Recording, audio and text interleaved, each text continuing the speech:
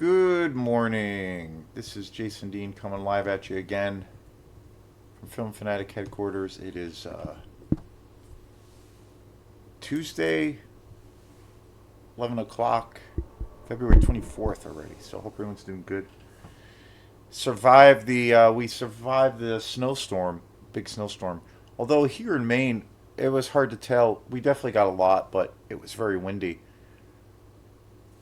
I went outside to check out the situation a little bit ago, did a tad of shoveling, and then I was like, well, it's not that bad out. Do I need to shovel or snow blow out my driveway? And typically, I would automatically do it if I had, say something coming up where I had a rehearsal here at my house or a group of people coming over. I don't really have anything coming up here at the house. It's just me for the time being. And I kind of checked out the situation, and then I was like, fuck it. And I came right back inside. Just kind of got lazy. But I will probably blow out the snow from my driveway because that would be the adult thing to do. Anyway, I was pretty surprised of the snow yesterday. We had a snow day again. I think it might have been our fifth snow day this year. And we had some in 2025 last year, 2026 this year from school, which is okay with me, I guess. There's nothing you can do about it either way. But I got wicked lazy, but I have time until I have to go to work today, and and I went out this morning to turn the heat on in my music space. That was my first adventure, and I didn't get too far, but so it is what it is. So also coming up this week, if you're in the Belfast area, there's I think it starts Friday and then Saturday's the main day, but in Belfast, the town of Belfast, which is really close for my house here in Northport, it's about a 7-minute drive. Belfast is a beautiful town. They have their annual ice sculpturing festival. So they have all kinds of activities and ice sculpturing and candy and clowns and elephants and stuff like that, I guess. We're going to be playing a quantum show at Opera House Video this coming Saturday, which is kind of part of the festival, more or less. And we're going to be sharing the bill with my great friend Ronnie, aka Enor, aka Sonic Wallpaper. We're going to start at about probably about 12:45, 1 o'clock. We're going to do like a round robin set or sets. We did that last time. We did one gig. I'm trying to think. I think we did two gigs there, but I know we definitely did one. And I had this idea for the show to try to do something really different as opposed to like, your standard kind of gig or performance where, one band plays a set and then the next band comes up. A lot of the times, the past couple of years and even just recently,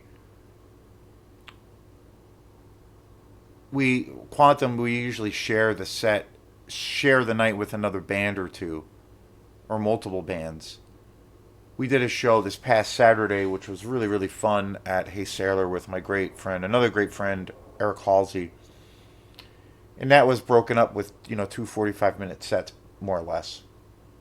And then we've played there a lot, which we've been really fortunate to play at Hey Sailor a lot. And we've played a lot of sets too with other bands where it's like a 35-minute set, so you have a little bit less time. But usually it's like 35, 45-minute sets. We used to do, before we were playing at Hey Sailor, we used to, and every now and then we get a gig that we will play longer.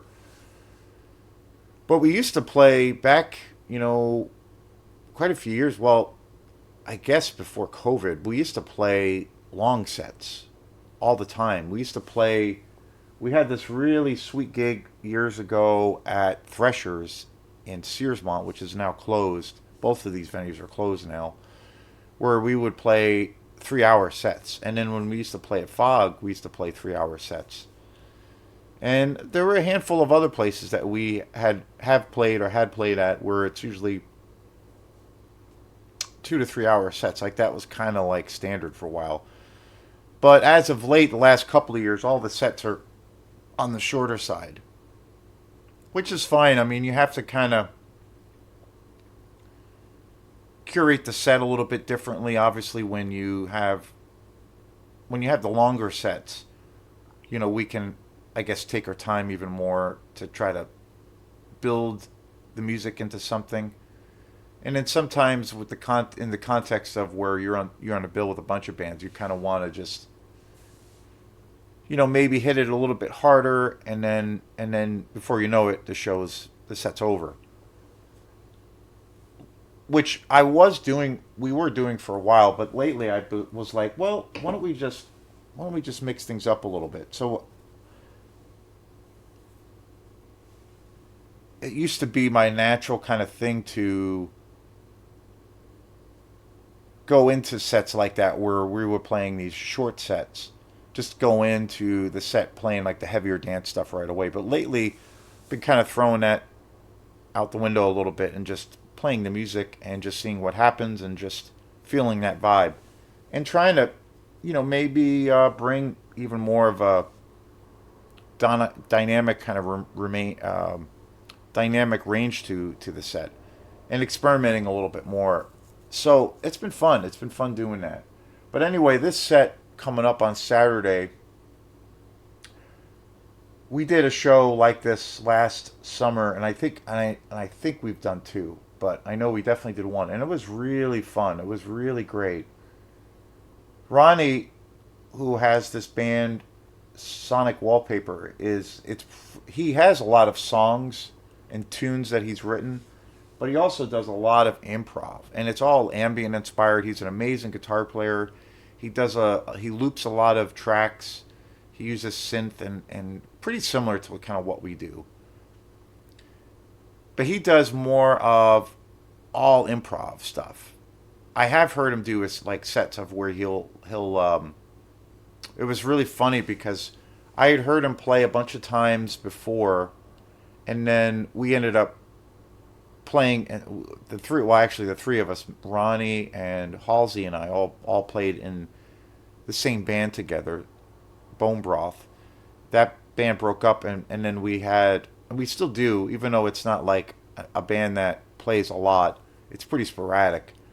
We decided to kind of keep the band somewhat together after the band kind of imploded, Bone Broth, and we started this new project called Space Junk. And we played about I don't know, maybe 3 or 4 shows since then. And we still have the band technically, even though it's not like a regular kind of thing or active thing. But we each of us have these electronic groups. When I first met Ronnie and saw his stuff, he was doing a lot of improv, and it was really cool. It was like very ambient inspired. And then the first time we ever played a set together with both of our electronic groups, I had asked him, it was about 3 years ago, we had an album release show for In Dreams I Saw Chapter 1, and we played, it was the summertime, it was like in June, and we played outside at this really beautiful venue that, again, is not around anymore, Lulu's on Oak Street, which was a really sweet, awesome spot. It was a gelato ice cream place that served alcohol and was like all open outside, beautiful spot. That place is gone now too. And so we had our album release show there. And I asked Ronnie if he'd want to do an opening set, and so he did that. And then he got to, we got going, and he played for a while before we went on. And he played all of these like regular tunes that he had written, and I was just like, what? It was like totally different. It was wild. It was a wild, revealing thing. But this weekend, and it was an idea I got from seeing this concert or show that I went to. a girl that I sometimes play with, Patricia Mason, was doing this showcase kind of acoustic set at Hey Sailor, again at Hey Sailor. And I think it was like in the fall, or no, maybe it was in the winter of last year. And I went to it, and there was a bunch of other singer songwriters there, and there was probably like five or six artists all together. They all had a different style. It was all acoustic based, and it was really cool the way the sets were structured because everybody, all the artists were on stage, and they just basically went around from one artist to the next and played songs, played a couple of tunes, and then it would segue into the next. And this went on for the whole kind of duration of the evening. I thought it was super cool. I hadn't really seen that before. To a degree, I've seen that somewhat. I have kind of seen that kind of thing, but more even in a more casual thing, like if you're sitting around a campfire, people with acoustic guitars will jam and trade songs off of each other. But I had never really seen it in a concert setting, and it was really cool because it was just like this, this continuous kind of wave of different music. And then at the end of the whole thing, they all kind of jammed. But yet it was still a concert. And I was like, that's a cool idea because it's not like the traditional thing of like, okay, Patricia Mason's going to play a, 35-minute set of her music, and then the next person's going to do that. It was all like interactive, and they were all playing off of each other. So that totally gave me the idea of trying to do that with a quantum set, especially at Opera House Video, where it's like I consider it a gig and I consider it like a concert, but it's way more laid back, and it's not like it's a totally different kind of laid back environment as opposed to like playing a gig or a show. Even though I do consider it that too. And I thought, maybe what we can do with our sets, and I had booked this show with Ronnie to do this at Opera House. Maybe we can do that kind of thing, but with both of our electronic groups. And it was great. It ended up being really fun. We ended up improvising most of the show. We played for like 2 hours, and we basically just played off of each other. I think towards the end of the night or end of the day, it was a daytime show too, because we're going to be playing well when the ice festival is going on, but then while the store is open as well. So there's always people kind of coming and going.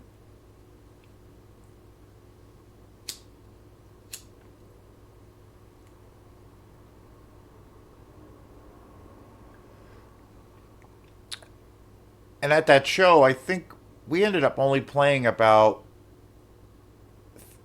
two or three songs of our regular kind of quantum catalog. The rest of it was all totally improvised, and it was really cool. Like we would basically, I had explained this whole thing to Ronnie, and he was like, yeah, I kind of think this is a cool idea, and also Mike. So we ended up giving the only kind of rule, well, if you want to call it a rule, but the only kind of perimeters that we kind of gave each other, because we're the way we set up, it was pretty cool too because we can see each other. Opera House Video is a very small shop, so we don't have a lot of space, but it's perfect for this kind of a thing. So we both set up on one. He set up on one side of the room, and I set up on the other side of the store, and we were able to visually see each other. So we had this idea, like, all we need to do is like try to rely on IQ, cues, like by visual cues. Keep track of the time here and there. Maybe, and then the other thing I thought was, while we're doing this, we give each other maybe 10 or 15 minutes of like playing something, and then we kind of pass it on to the other person. And ended up being really fun because we ended up improvising. He would throw out an idea or a few ideas, and then I would try to take that maybe try to take some of those ideas and try to incorporate it into the stuff we were doing, and then vice versa. And then at one point, there were a few times where we were playing together. So it was really cool. It was a challenge because we really had to. I mean, I think music anyway is about conversation and trying to really listen to what's going on. But in this kind of experiment, it was even more so. So it was really cool. So we're going to do that kind of thing, try to do that thing. Because there is a danger to it. Because, I mean, there's a danger anyway to gigs going badly anyway. But there's always a danger because maybe an extra danger when it's all improv or more off the cuff because there's nothing planned, you know. So, and that can be fun. It can go wrong, but it can be fun. And it can be really great. So we're gonna do that kind of have that kind of structure for this weekend. So Saturday at 1 o'clock, maybe a little bit earlier. We might start a little bit earlier. We're probably 1 o'clock at Opera House Video in downtown Belfast. So I've been totally overdosing on all things Friday the 13th, big time. It kind of started with about I think it was over a little over a week ago. I went to see Friday the 13th Part 3 in 3D at Black Bear Cinema. It was so awesome. I had such a great time at that event. And then I found out that that theater is going to their plan was to show every Friday the 13th movie in the franchise on the actual Friday the 13th date, which is super cool. So it's obviously going to be spread out. But the next one they're doing, I think, is in March, and it's going to be the final chapter, which is pretty much the best one in the series. So I'm going to try my damnedest. I might not be able to go to every one, but I'm going to try my damnedest to go to them because hey, it's my favorite franchise, favorite movie fan in general. It's just my favorite movie franchise, but especially when it comes to horror and slasher, the slasher genre, which is my favorite, definitely my favorite film or and films, without a doubt. So I decided to try something new and check out, and I this is my third movie in the franchise, or I could say in for this kind of style of filmmaking, which I've always known about, and I've never been. I don't know. I've never been super excited about it. I've always felt, well, you always have, because you always have the real thing. It's kind of like, I don't know. I kind of almost think of it as, I mean, it's kind of a weird analogy, but I almost think of it as like a cover band. You know, when a cover band's covering a classic album, like it can be really cool and awesome, and maybe they do something a little bit different, or maybe it's just a really great replication of that classic album. But at the end of the day, it's never as good as the original product, the original album, the original release. It's always okay. It's good, gives you an experience, but it's never as good. And I kind of feel that way with fan made movies, even though it's a slightly different thing. It's basically the whole fan made genre in filmmaking is massive. I didn't realize how big it truly is. Like it's a whole like you could pick any fucking movie out there if you wanted to pick, Texas Chainsaw Massacre, which I'm sure it exists, or the first movies or first franchise that I became aware of this whole kind of subgenre was a few years ago, and that was the Nightmare on Elm Street franchise. I came across it was probably about 4 or 5 years ago. I randomly came across all of these fan made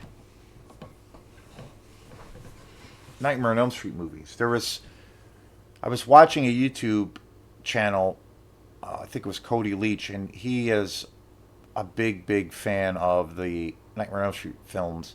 And then he was talking about these series of these fan made movies that were pretty good.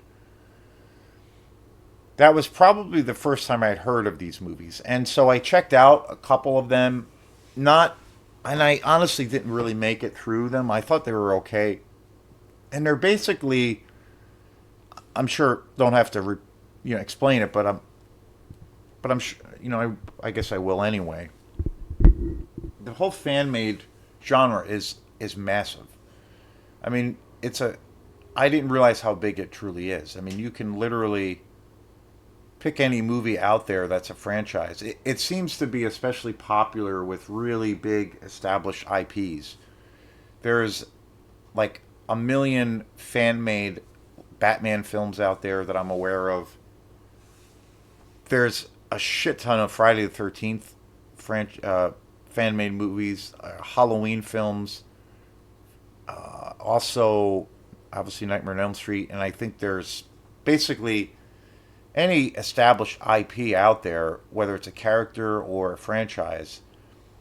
There are tons and tons of films that are made in this kind of fan made genre. And basically, what the fan made genre is basically it's made by movies that are made by fans of a beloved genre. Take for instance what I'm talking about today, Friday 13th. You have a group of guys who are diehard fans of the franchise. They kind of conceive some ideas around extending the storyline. They then direct a movie based on those ideas, taking that character, say Jason Voorhees, and putting him in different spots, different areas, different contexts, expanding the lore, maybe doing something different.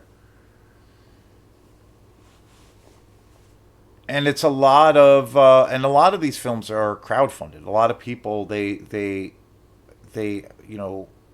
ask, well, essentially other fellow fans to fund these projects, and then they get released. They get some kind of distribution. Some of these movies, well, these movies I've been talking about lately, have all been just released on YouTube for free. But there are physical media releases for the franchise or the films I've been talking about. And this is the third one I've watched. Never Hike Alone. So I reviewed the first one, and I kept hearing about this movie, which is it actually was the first full fan made film that I've ever really watched and sat all the way through, where I was like, okay, I'm into this. And I watched it, and it's an hour long, and I was really impressed. I was really impressed because it took the Jason character, it took kind of the story, the mythology of Friday 13th, and did something really unique with it. Gave the movie has a very fresh kind of approach, which I really liked, you see things in the story, and especially when it comes to the Friday 13th universe, you see something and things you've never seen before, and it has definitely a fresh quality to it. And I really liked it, and I gave it a really good review. I talked about it a lot, and I've had that show up for a few days. And then the other night, I watched the sequel, Never Hike Alone Part 2. And there's this company, Womp Stomp Productions, that is a website. They also have this huge YouTube channel. And I went down the rabbit hole and explored, and I'm like, Jesus Christ, there's so many Friday 13th fan made movies. And then in my feed, a bunch of other ones came up, like an endless amount of Friday 13th movies, all fan made. And I'm like, holy shit, like, this is crazy. And I have to say, I'm kind of like, I have such mixed feelings about it. I kind of go back, it's kind of brought me back to how I felt when I first heard about this kind of whole fan made genre, and my exposure to watching some of these movies. These were the fan made movies that I first kind of saw, and I basically watched like a half hour of one, and then I skipped it onto the next one, and I kind of just was like, it's okay. I felt like I wanted. It made me want to watch the original films. I don't know. Kind of going back to that feeling of the cover band scenario, covering a classic record. It was just kind of that. Yeah. Okay. Sure. It's cool, I guess. And again, after watching Never Hike Alone, I have to say I really liked it. I thought it was really cool, really interesting. It was the quality was really great. The way it was shot, it was just it felt real fresh. And then I discovered that there's thousands of these movies that exist, and I finished the third one yesterday, last night, and there's so many more. It's crazy. I actually came across another version of the original Never Hike Alone, which is almost uh, it's 2.5 hours long, and I'm like, Jesus Christ. My eyes kind of fell out of my head when I saw that, because the original Never Hike Alone, which came out in like 2017, I believe, was like 55 minutes, less than an hour. It was really concise, compact. And then I saw that there's an extended cut, a director's cut, if you will, that is almost 3 hours. And I'm like, Jesus. And I don't really have a desire. I'm kind of like, I'm kind of tired of it all.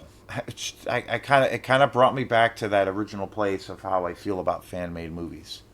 I don't, I, I don't know. So anyway, I watched the second one, and I was really disappointed with it. I uploaded that show this morning, so check that out if you have any interest. I was really disappointed with it because there's all of these like really bad callbacks to other movies, especially Jason Lives in the movie where they brought back characters from that movie. And I the timing of it was funny because I watched Jason Lives, which is a really great one in the franchise. I watched it before watching Never Hike Alone Part 2. And I wasn't planned. And it's literally kind of a continuation of that story because they brought back characters from that movie. But there's so many gross kind of callbacks of like where they take whole lines and you know Jason Lives has a lot of great comedic areas areas in the film, and they kind of rip off that for this, and they literally just cut and paste, and I'm like, why did they do that? Why did they do that? And it totally took me out of the movie, and I was like, and it's a shame because I think the sequel had some really great moments. The production value was a little bit better, had some really great action, some good suspense, some good characters. Some of the performances in the movie were actually really good. I was really surprised. Super low budget, but still really good. But then it had all these callbacks, and I'm like, why did they do that? Do they think that people are total idiots and they need to like be into this movie, or the only way they can get invested in this movie is if you bring back all of these things that might have worked really, really well in previous movies to like make it a good product? Like, why? Just because I thought that was the strength that was so good. That was the number one strength of Never Hike Alone, was that it didn't do that. It was giving you a new perspective. It was like a clean slate, and it was fresh. It didn't have that crap in it. So, and that movie, the sequel, Never Hike Alone, is longer. It's like an hour and 12 minutes, an hour and 15 minutes, so it's a little bit longer. I guess maybe closer to your kind of traditional full length feature length, if you will. So I was kind of let down by that movie, and I did post a review. But I've been watching a lot of Friday the 13th movies on my own. And the other thing about the callback thing, why it just drives me crazy. Like, again, I've been watching the original movies again. And at no point in any of those movies do they reference, or not reference, but or do they steal or like cut and paste specific things that happened in previous movies at all? It it is its own thing. It does its own thing. It says its own thing. There's there's a continuity, if you want to call it that, in the films, and there is, references to certain things that happen in the story or narratively and in certain characters, but not but none of the original films, like you're not going to see, say well, like I just saw part 3 in the theater, in 3D. There, no, at no point in that movie do they take any, like, say, any of the kind of iconic or real memorable moments that happened in part 1 or part 2, and like literally cut and paste those segments into part 3. It's its own thing. And I think for filmmakers to do that, it kind of devalues their overall product, because I just feel like it's a it's a really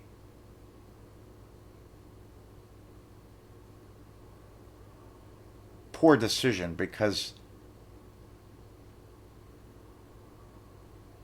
I feel like the filmmakers sometimes, when it happens, and it does happen in films. The biggest example of that is Fede Alvarez's Romulus, which is a hot fucking tub of shit, that movie.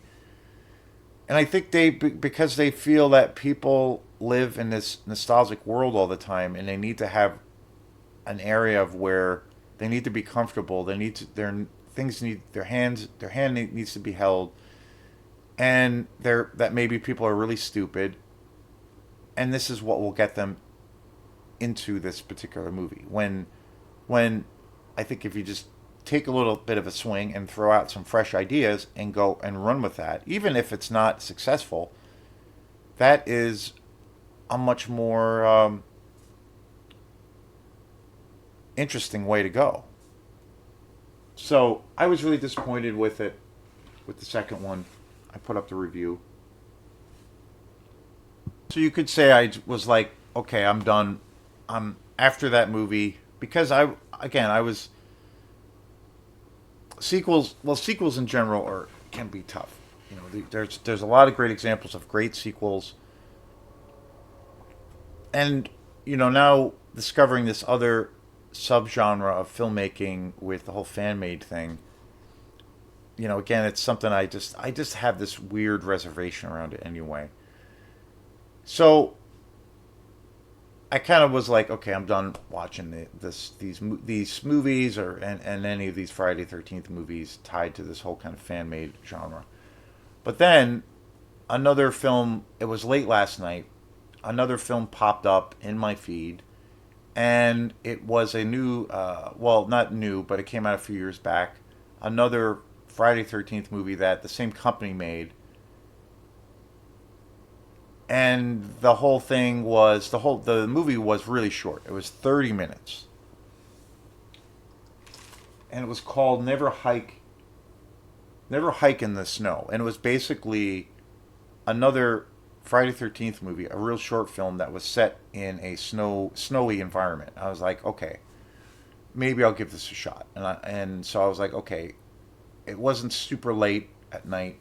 I was starting to get a little bit tired, but I was like, okay, maybe I'll go for it. And so I watched it last night, and today's show is on Never Hike in the Snow. It came out in 2020, and it's actually 31 minutes, which is, I guess, interesting. I don't know. I'm kind of on the fence if it works or not, or if it does, or if it doesn't. I'm not really sure. I'm kind of on the fence. The whole kind of and it was basically the same filmmakers, the same director. All three of these movies were directed by Vincente Di Sante. He was also the writer. it brings back a lot of the characters that were in Jason Lives and these previous films. Tom Matthews, Tommy Jarvis, also Brian Forrest plays Jason Voorhees, and Vincent Gustafaro, who was a big character in Never Hike Alone 2, who was in Jason Lives. He was one of the cops, but now later this film takes place quite a time wise takes place many years later, and now he's like the sheriff of the town. But he was in the short as well. And this movie is supposed to be a prequel to Never Hike Alone. It's supposed to take place like 3 months before that movie takes place. I know this is a lot to explain and a lot to think about. So I watched it last night, and I have to say, it's super short, but out of all three of these movies, the gore factor is pretty much this one takes the cake. This movie has probably the most brutal kills in it, even though it's the shortest. The first one has some really they all have some very very good kills. And they're definitely all slasher movies. The first one in this series was, I think, the best by far, because it doesn't have your typical slasher tropes sometimes that you do see. It does something a little bit new and different, or it does some. I think it does take some big and pretty bold swings, and I think it's pretty successful. But it's still a slasher movie. It's not your traditional. It is definitely not your traditional Friday 13th movie. This movie as well. It's so short. It takes place in the woods during a big snowstorm. It has really great atmosphere. It's only a half hour, which I'm kind of like, I don't know. I had a different experience. That's one of the reasons I wait to when, after I see a movie. It's one of the reasons I wait 24 hours to talk about it, or to do a review, if you want to call it a review. I like to think of, I mean, I know I probably ramble on sometimes, but I kind of think of these videos as more of just where I'm just kind of discussing the movie. I'm not like reviewing it in like that traditional sense, even though that is a part of it. But that's one of the reasons I like to sit on the movie for 24 hours, whatever it is that I'm watching. Because, if I wake up the next day and I'm excited by what I saw the previous night, and I'm excited to talk about it, or excited to maybe tell a friend about it, or I wake up and I'm like, it was okay. I'm not really thinking about it anymore. It's not really in my brain anymore. It's kind of becoming this distant memory. Or I find that there might be issues around that I have with the film, and I wake up and it just doesn't seem resolved, or I just have even more questions around it. Those kinds of things that I might have thought were not really aspects of that particular film that I thought were not very good, might be even appear to be, I guess, more glaring to me the next day. There's a big thing, which I get it, and I used to do videos like that, but I don't really feel like it takes me a while to process things, probably more so than your average Joe. But the whole like out of the theater reaction video series, or videos that you do see on YouTube, a lot of YouTube people do that. That's kind of commonplace, where a guy or a girl will go to the movie. There's a lot of people that I see where they just literally will like walk out of the theater. They'll even be in the theater itself, and they'll do their first reaction videos, right? And they call these videos out of the theater reactions. Those are huge on YouTube. And then also people will after they get out of the theater, they'll sit in their car and they'll record their immediate reactions. I used to do that, and I do feel overall that is pretty solid. Like, your gut is kind of speaking the truth on how you're processing it, whether it was a really great time or not a not so great time.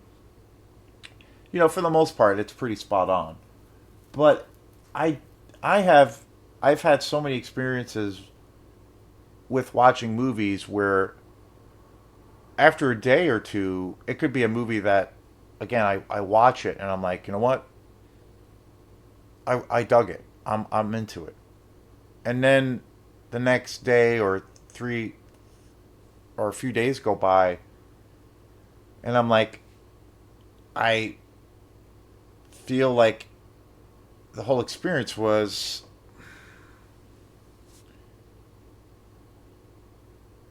just kind of this fluffy cloud, like it didn't mean anything, and I'm not really thinking about the movie, or I'm just kind of forgetting about. I'm just forgetting about it more and more as each day goes by, and then I've had the experience vice versa. So that's why I typically will sit with a movie for 24 hours because I think that's a really good kind of indicator. Absorbing the experience, letting it sit with you for a while, because, and especially to someone like me who I watch a lot of films, I watch movies all the time, so I have to like let myself kind of process what I'm experiencing. So, and when I watched this movie, Never Hike in the Snow, again, I thought the kills were amazing. There's one kill in particular in this film that was so brutal, and I'm like, yes, yes. I was like, okay, okay. The atmosphere in this film was really, really cool. It definitely felt like the winter was a strong character in the film. I love movies that are shot during the winter time. That's, when, as far as when you think of movies that are shot in, like, say, particular kinds of climates or seasons, wintertime's the best, I think. And I think that's a pretty popular mindset for people, or opinion for people.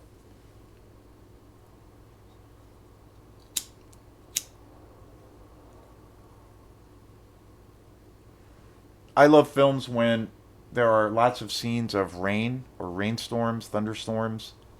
I love movies that take place in real kind of beautiful scenic environments, particularly in the woods, and so this is both of those things.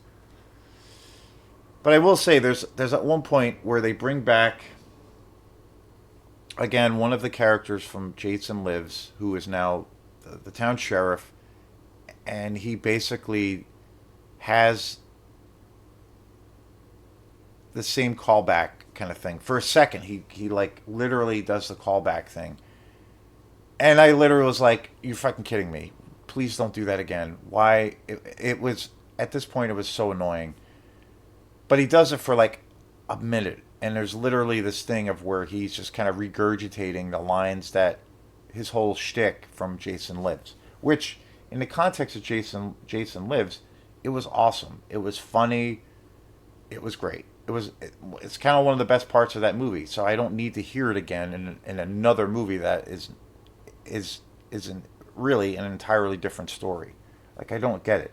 It reduces the when directors do that, it reduces that impact of what that dialogue and what that scene or scenes originally meant. So it's like it's just stupid. So for a minute they do that again in this movie, and I was just like, my first reaction was like, "Are you fucking kidding me? Like, really?" But luckily, it's for like 2 minutes, maybe less, and then it moves on, and I'm like, okay, thank God.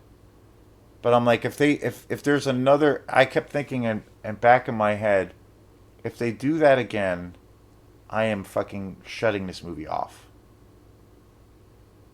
Yeah. It drives me crazy, obviously. Probably too much so. So, and again, I really liked it. I thought the action was really great. It has some really great kills, really great suspense. The ending was cool and I liked it, but I was like I had this feeling of wanting to see more and it felt like incomplete even though I know story-wise this is a prequel to a degree of the first movie in the time frame because it does take place 3 months before the first film Never Hike Alone. So I overall I liked it. I liked it a lot more than the second film. But again, it was that little callback section where I'm like, why did they? It almost took me out of the movie again, and I'm like, ah, it drives me crazy. Even and thankfully it's really short, but it's enough to where if I rewatch this movie, it's gonna make me cringe again. Cringe. It's gonna make me cringe all over again. But overall, I thought the movie was really well done, really well shot, some great kills. Jason Voorhees is pretty awesome. There's a whole sequence in the movie where Jason Voorhees uses a bow and arrow to kill somebody, which is kind of badass. I was like, okay, okay. Some great kills. There's a couple of kills in this movie that are really great. There's one in particular that is super brutal. So I liked it overall, and then finished watching it. And again, it was actually less than a half hour. It was actually the film ended at like 25, 26 minutes, and I was just like, whoa, okay. It did leave me a feeling of wanting more, and I was like, it's just too short. It's too short. Like I wanted to see more. That was my first reaction, but I did like what I did see. And then so again, I sat on it, woke up this morning, and I've arrived at this kind of different feeling around this movie, and I'm like, now I just have this feeling of like, what's the point? What's the point? We got all of these great franchise. We got so many great movies in this beloved franchise, in the Friday 13th franchise, or the original films that came out in the 80s. Why? Why don't it makes me just want to watch those? I don't understand. Like I just feel like, whatever. Overall, I'm just like, what's the point? And it just feels like it's the whole thing is kind of has dissipated for me. And I'm just like, there's so many more movies that I would rather spend my time watching. And I'm kind of like, well, what's the point? Yeah, they're trying to do something different. These guys are uber super nerds when it comes to the franchise of Friday 13th, and I consider myself to be one. But we got a lot of great movies as they are, and where they sit in time. So what's the point of making these other films? I don't get it. So I'm just like, even though I did like it, this one in particular, the third one that I watched,